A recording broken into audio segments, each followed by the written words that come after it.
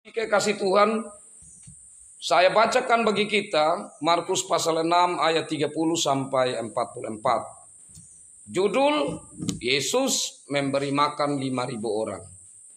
Kemudian rasul-rasul itu kembali berkumpul dengan Yesus dan memberitahukan kepadanya semua yang telah mereka kerjakan dan ajarkan. Lalu ia berkata kepada mereka, "Marilah ke tempat yang sunyi, supaya kita sendirian dan beristirahatlah seketika. Sebab memang begitu banyaknya orang yang datang dan yang pergi, sehingga makan pun mereka tidak sempat. Maka berangkatlah mereka untuk mengasingkan diri dengan perahu ke tempat yang sunyi. Tetapi waktu mereka bertolak, banyak orang melihat mereka dan mengetahui tujuan mereka. Dengan mengambil jalan darat, segeralah datang orang dari semua kota ke tempat itu, sehingga mendahului mereka. Ketika Yesus mendarat, ia melihat sejumlah besar orang banyak, maka tergeraklah hatinya oleh belas kasihan kepada mereka, karena mereka seperti domba yang tidak mempunyai gembala.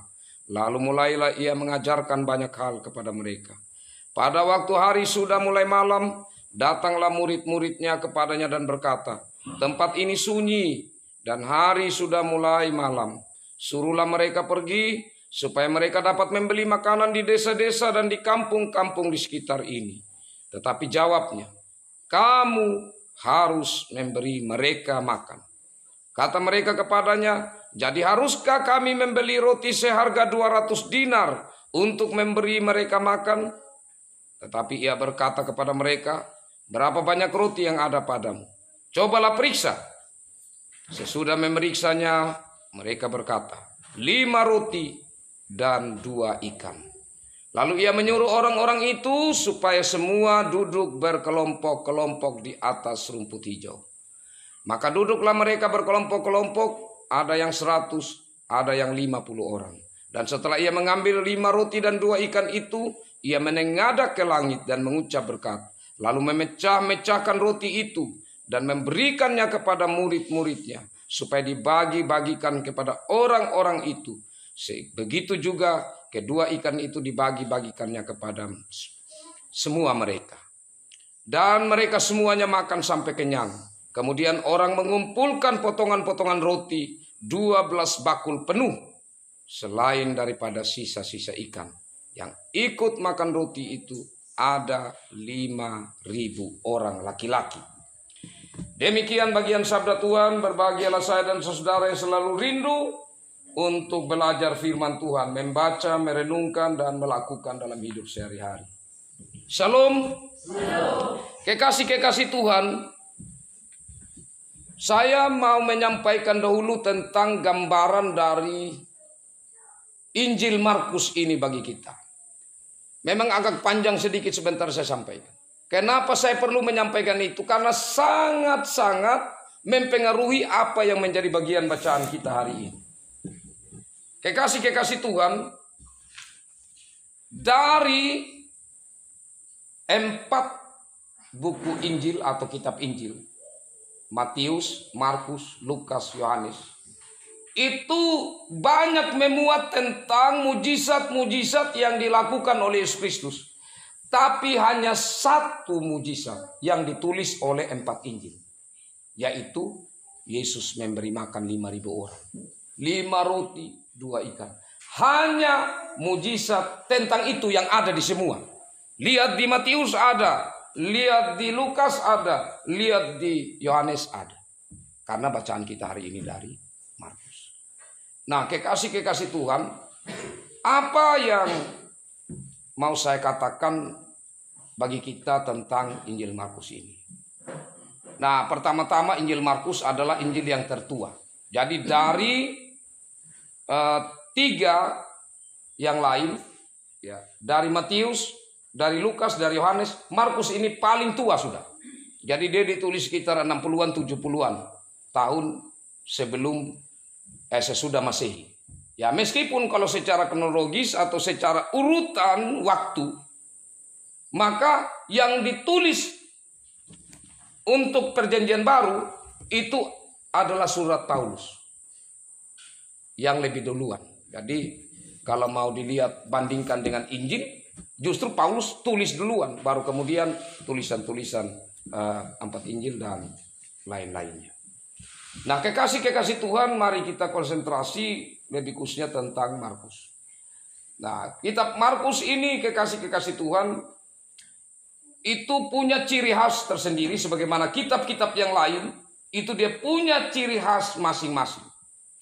Nah, untuk Markus ini dia menceritakan Yesus dari segi perjalanan hidupnya, yang dari nampak seperti atau sebagai manusia biasa sampai pada akhirnya dia sebagai anak Allah. Meskipun kalau kita baca dalam pembukaan atau permulaan kitab Markus, dia akan mengatakan bahwa ya inilah ya, Injil ya, yang berbicara tentang anak Allah. Memang surat pada umumnya biasanya begitu waktu awal-awal Masehi. Ya, tetapi sebenarnya kalau kita perhatikan cerita-cerita selanjutnya yang dipaparkan oleh penulis surat Markus ini, itu berbicara Yesus sebagai manusia biasa. Bahkan ya, di saat mulai Yesus melakukan hal-hal besar, di situ Yesus melarang untuk orang-orang menceritakan tentang peristiwa itu atau tentang siapa dia. Nah, kekasih-kekasih Tuhan, coba saya ajak kita melihat bagian Injil Markus pasal 1 ayat 25. Di pasal 1 ayat yang ke-25, saya bacakan bagi kita. Tetapi Yesus menghardiknya, katanya, diam. Ya, keluarlah daripadanya. Jadi ini yang bicara ini roh jahat. Apa yang dibicarakan? Coba kita lihat ayat 24. Ini roh jahat bilang begini. Apa urusanmu dengan kami, hai Yesus, orang Nazaret? Engkau datang hendak membinasakan kami. Aku tahu siapa engkau, yang kudus dari Allah. Iblis kenal Allah. Iblis kenal Yesus. Bisa lebih baik dari saya dan saudara dikenal. Tapi saat iblis bilang, engkau yang kudus dari Allah, Yesus bilang diam. Kenapa? Apakah karena iblis tidak layak mengucapkan tentang kekudusan Yesus karena dia itu iblis? Tapi yang pasti di sini menunjukkan bahwa Yesus menghentikan untuk iblis tidak berkata lagi tentang dia. Coba kita lihat selanjutnya di pasal 5 ayat 43. Pasal 5 ayat 43 bagian A. Pasal 5 ayat 43 bagian A. Dengan sangat ia berpesan kepada mereka supaya jangan seorang pun mengetahui hal itu. Jangan seorang pun. Jadi Yesus melarang bahkan dengan sangat. Yesus berpesan supaya jangan. Apa yang terjadi waktu itu? Yesus membangkitkan seorang anak yang berusia 12 tahun. Sudah mati. Tapi Yesus bangkitkan dia. Orang-orang kaget. Karena anak itu sudah berjalan keluar. Kok tadi dia mati? Wih, mujizat besar. Tapi Yesus bilang jangan. Jangan sampaikan tentang peristiwa mujizat ini. Ada apa sebenarnya? Kenapa Yesus melarang? Dia maha kuasa. Dia telah melakukan hal yang besar. Kalau kita pasti kita bilang, wah kasih tahu. Tapi kenapa Yesus bilang jangan? Kita lihat lagi selanjutnya. Di pasal 7 ayat 36. Masih dari Markus juga. Pasal 7 ayat 36. Coba kita baca bersama-sama.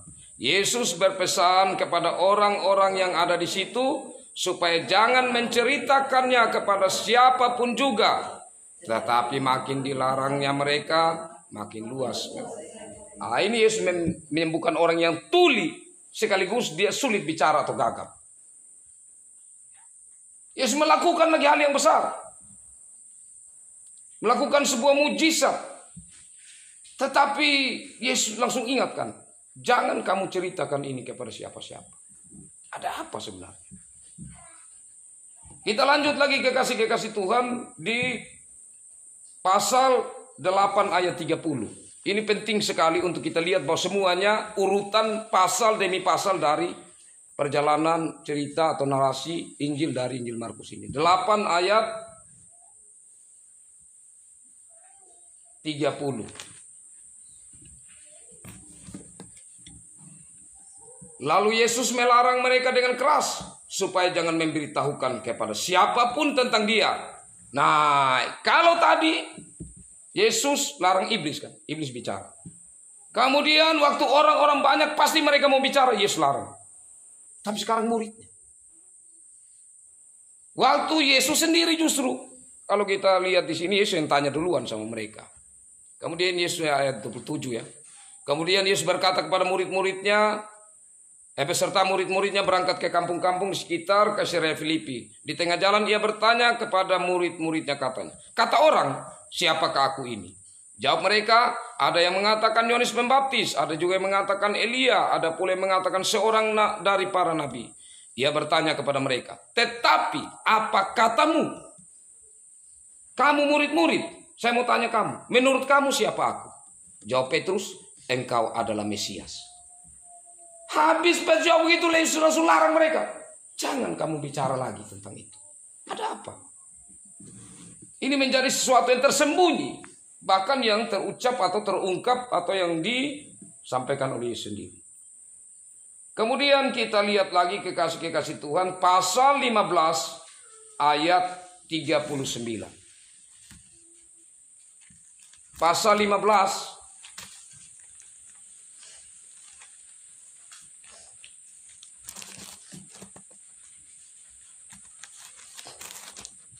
ayatnya yang ke-39.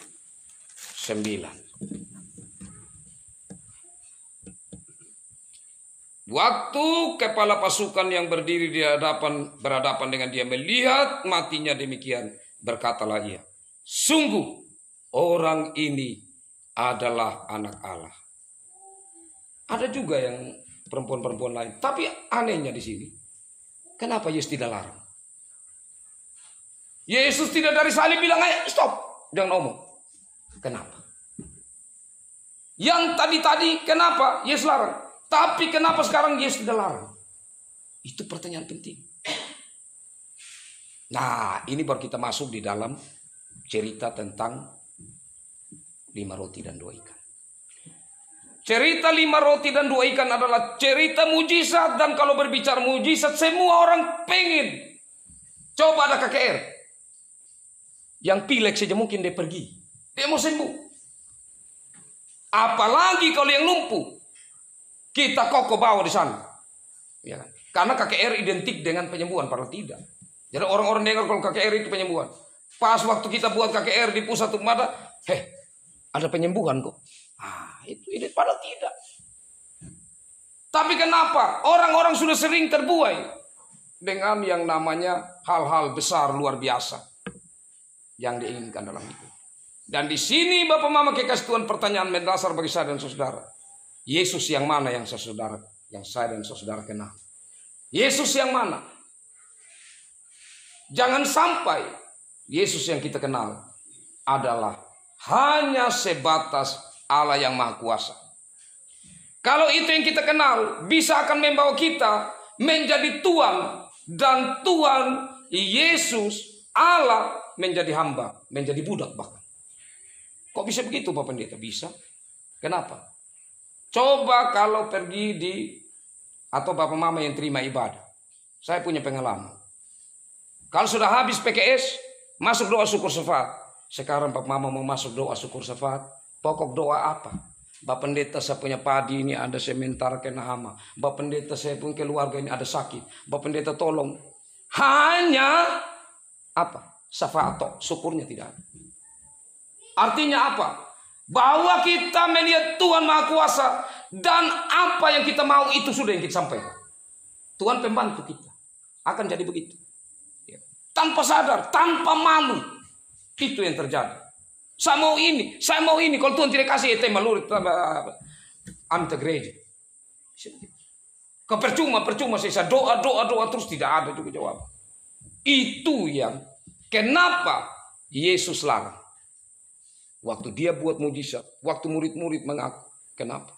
Karena Yesus tahu bahwa di saat mereka punya otak, mereka punya pikiran, sudah penuh dengan Yesus yang Maha Kuasa, Yesus yang buat hal besar, sudah tersiar di mana-mana. Orang sudah mengagung-agungkan dia. Waktu Yesus disalib, kok begini? Bukan Mesias. Pasti mereka tolak. Tolak mentah-mentah. Kok masa 5 roti 2 ikan dia bisa jadikan untuk makan begitu banyak orang, 5.000 orang kecuali perempuan anak-anak. Begitu banyak orang. Orang yang buta sejak lahirnya, orang yang tuli, orang yang setengah mati bicara.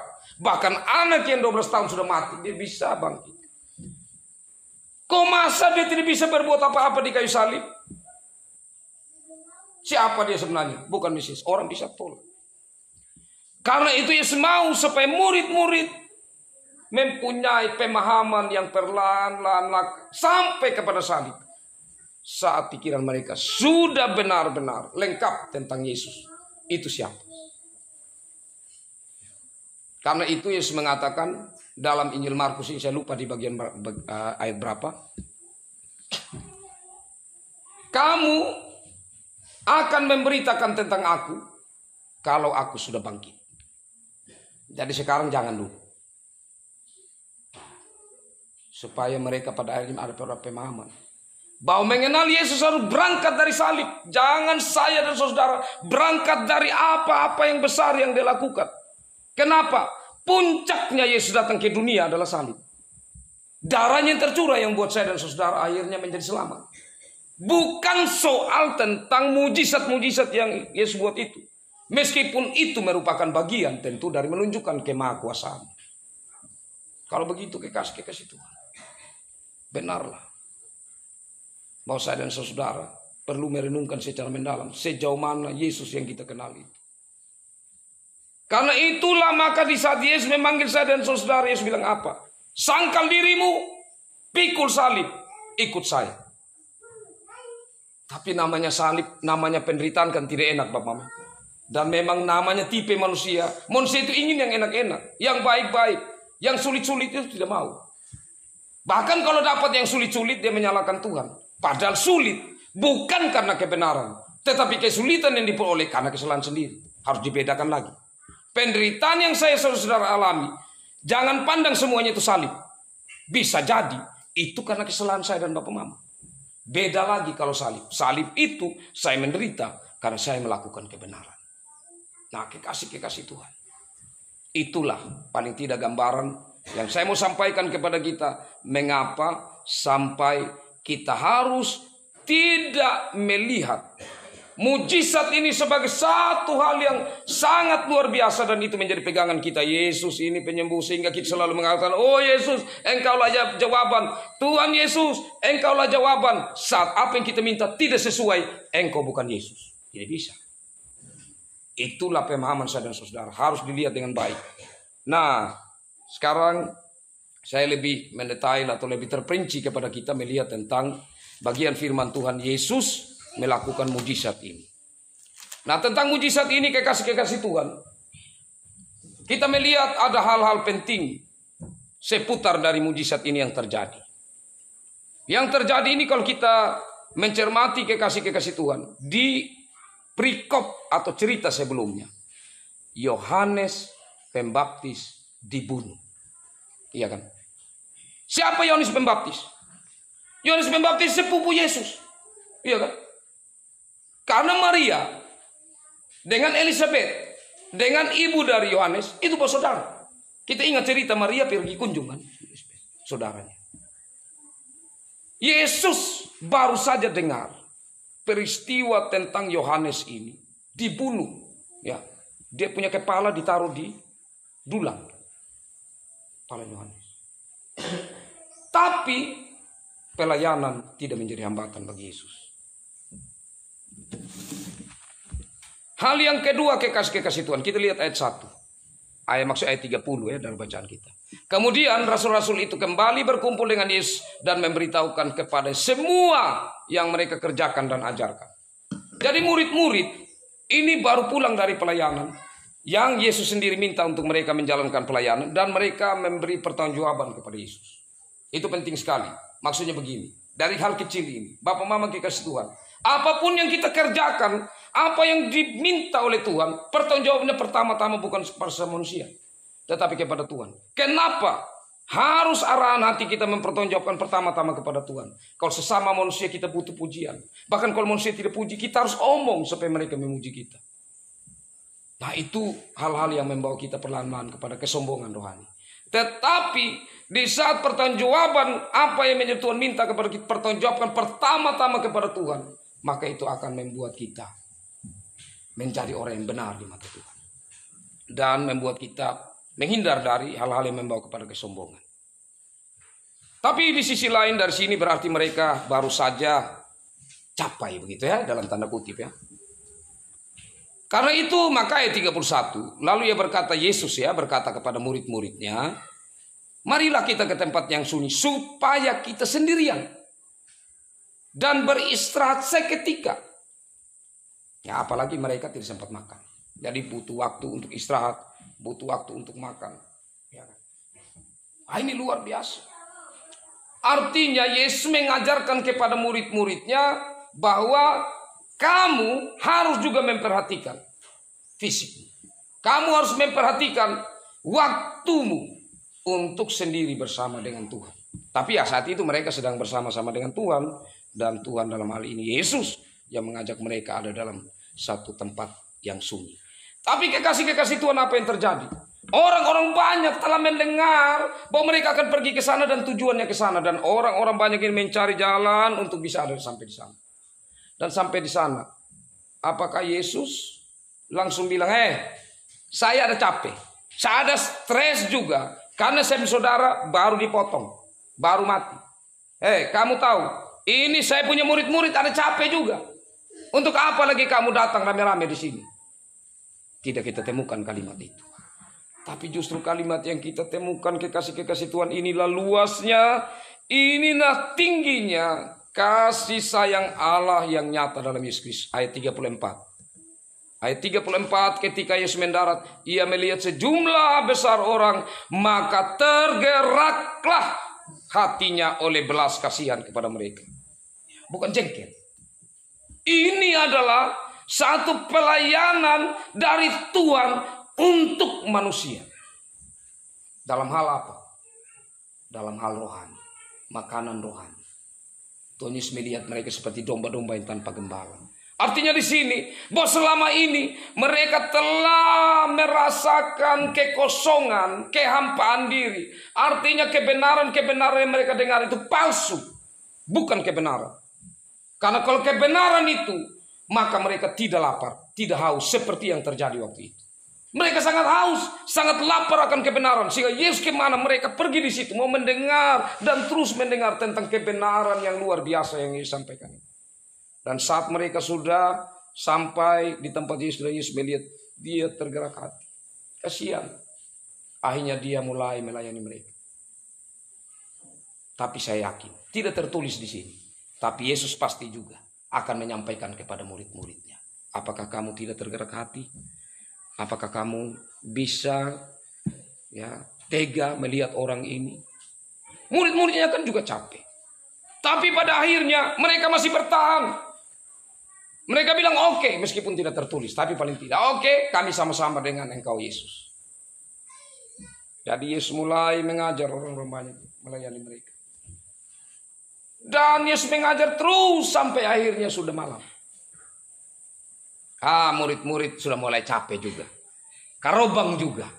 Dan bilang, Yesus, kasih pulang sudah orang-orang. Kasihan. Secara logika benar. Pertama, mereka juga lelah. Yang kedua secara logika, bahwa murid-murid ini tidak memiliki banyak. Kalaupun ada yang di Yudas, mungkin ada sedikit. Itu kalau Yudas tidak korupsi. Kan Yudas benar. Kalau tambah lagi diambil yang lain, mau berapa memang? Ini 200 dinar, harus makan begini banyak orang. Murid-murid bilang, Tuhan suruh dong pulang. Ada kampung-kampung di sini, ada desa-desa di sini, biar mereka beli makanan di situ. Tega juga ya. Tetapi ya itulah secara logika, mau solusi apa yang diberikan. Tapi apa kata Yesus? Kamu harus beri mereka makan. Hai, bagaimana kita beri? Apa yang kita punya? Itu kalau tanya Yudas, oke, dia marah. Ya. Tapi waktu itu, saat Yesus mengatakan begitu, tidak berhenti di situ. Yesus bilang, ayo periksa. Periksa. Nah, memang kalau kita lihat dalam Injil lain atau di dalam seperti Lukas ya, atau Matius, kita temukan bahwa yang punya makanan salah satunya adalah anak kecil. Tak kasih setelah periksa begini, murid-murid akhirnya dapatkan Yesus hanya ada 5 roti dan 2 ikan. Yesus bilang oke. Itu sudah yang ada. Mari kita mengucap syukur kepada Allah. Bapak Mama kekasih Tuhan. Di saat kita memiliki apa yang kita punya dan itu saja. Tetapi kalau kita benar-benar mengucap syukur kepada Allah, maka itu akan menjadi berkat. Dan bahkan menjadi berkat bagi orang lain. Banyak macam kita sekarang. Kalau mau melakukan ini, mana bisa. Kalau di gereja, tidak punya apa-apa. Tapi coba gerakan itu seperti yang kita lakukan dalam budaya. Semua orang Lahone ini sama-sama adalah memiliki satu kelompok arisan begitu. Arisan 500.000. Nah, tiba-tiba, ayo ini ada mau kegiatan ini di kampung atau di keluarga ini. 500.000. Kita akan upayakan 500.000. Itu bisa untuk lakukan hal yang besar dari beberapa atau banyak orang ini. Tapi kalau sendiri-sendiri itu hal yang berat. Tapi Yesus kekasih Yesus dia mengajarkan di sini. Ya. Hal yang lebih tinggi dari hal yang kita lakukan secara budaya. Yaitu bagaimana itu harus dibawa kepada Allah. Diucap syukur dan dibagi-bagikan. Hal yang berikut soal Yesus membagi-bagikan ini juga. Ini adalah satu gambaran tentang bagaimana nanti waktu malam Paskah terakhir. Saat Yesus duduk dengan para murid-muridnya. Dia bagi-bagikan roti dan dia bagikan kepada murid-muridnya. Dalam perjamuan terakhir. Tetapi Yesus sudah memulai dari sini. Sebagai gambarannya. Yesus tidak saja bagikan kepada murid-murid. Tetapi bagikan kepada semua orang. Mau menunjukkan bahwa dia nanti yang akan mati. Tubuhnya akan terpecahkan. Untuk supaya kita semua mendapat bagian. Di dalam dirinya. Itulah hal yang luar biasa. Dari cara Allah berkarya dalam diri Yesus Kristus ini. Dan kemudian kekasih-kekasih Tuhan hal berikut juga. Kita melihat di sini bahwa para murid ini mereka tetap taat kepada Tuhan. Meskipun mereka pada akhirnya sudah mulai kesal. Mereka bilang itu sudah Tuhan biar sudah dorong pulang. Tapi Tuhan bilang tidak. Kamu harus beri mereka makan. Ini kerja lagi kan. Kerja lagi. Karena harus bagi kepada banyak orang ini. Yang duduk berkelompok-kelompok. Ini 5.000 orang.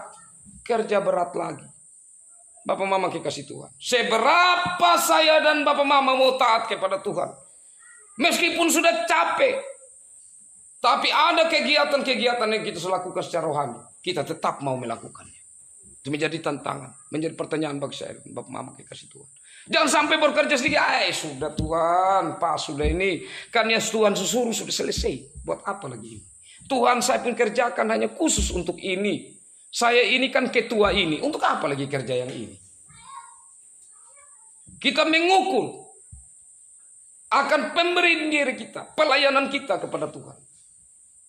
Nah itu tidak jarang terjadi. Bahkan warga jemaat. Ya, banyak yang main pelayanan. PKS yang berterima. PKS datang lagi ini. Hanya urus PKS saja. Sebentar datang lagi persembahan ini. Hanya urus persembahan saja. Coba saya tantang Bapak Mama. Mulai Januari, Bapak Mama tulis berapa uang yang Bapak Mama kasih di gereja. Di Tuhan. Tulis. Jangan Bapak Mama malu. Benar. Aduh. 1 tahun hanya 1 juta. Ampun Tuhan. 1 juta saja Tuhan. Ampun.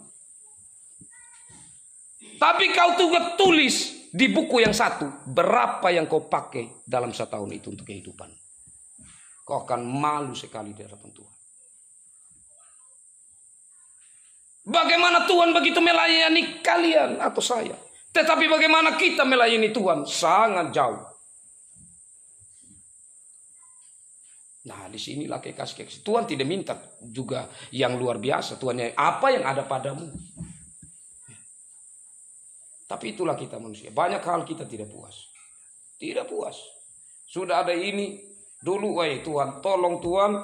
Saya mau ini ada sepeda motor. Sudah ada motor. Wih, saya lihat lagi ini. Orang ini enak, saya lalang dan oto. Pas hujan saya hanya bernaung di bawah pohon. Saya mau ada oto. Saya mau beli panter. Sudah ada panter.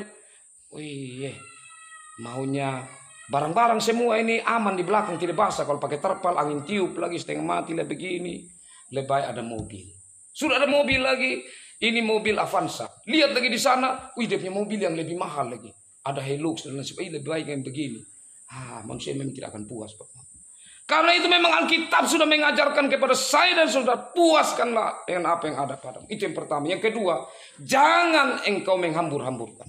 Setelah makan 5.000 orang ini, dikumpul sisa-sisa makanan ini, tidak dibuang. Memang ada yang tafsirkan 12 keranjang atau 12 bakul itu menunjukkan 12 suku Israel. Tetapi kita tidak sampai ke sana. Tetapi yang dimaksudkan di sini bahwa jangan membuang-buang makanan. Isu kenyang. Apalagi isu kenyang ini mau buat akid pikul, makan buang sudah. Tidak penting lagi. Ya tapi itu zaman dulu Pak Mama. Kalau zaman kita sekarang mungkin sudah dalam tas yang lain. Kita sudah bungkus di kantong, isi di sini. Membuat apa boleh taruh di keranjang di sana. Lalu sebentar isi bawa pulang. Masih ada saya punya anak-anak di rumah, masih ada yang saya bisa simpan. Apalagi zaman sekarang sudah ada kulkas, dia bisa aman di sana. Nah, kekasih Tuhan. Dari bagian firman Tuhan ini, kita dapat melihat hal-hal yang luar biasa. Tapi yang paling penting di sini bahwa di saat mujizat yang Tuhan telah lakukan ini, pandanglah mujizat ini sebagai bagian dari memang Allah kita adalah Allah yang maha kuasa. Saat Yesus melakukan mujizat itu, dia mau menyatakan bahwa dia yang berkuasa. Baik atas manusia, kan dia menciptakan manusia walaupun sudah mati bisa bangkit. Dia menciptakan manusia sehingga orang yang tuli bisa mendengar kembali. Dia menciptakan manusia sehingga orang yang gagap, yang sulit bicara bisa berbicara dengan baik. Dia bisa memberi makan 5.000 orang. Dan ada dua hal penting di sini.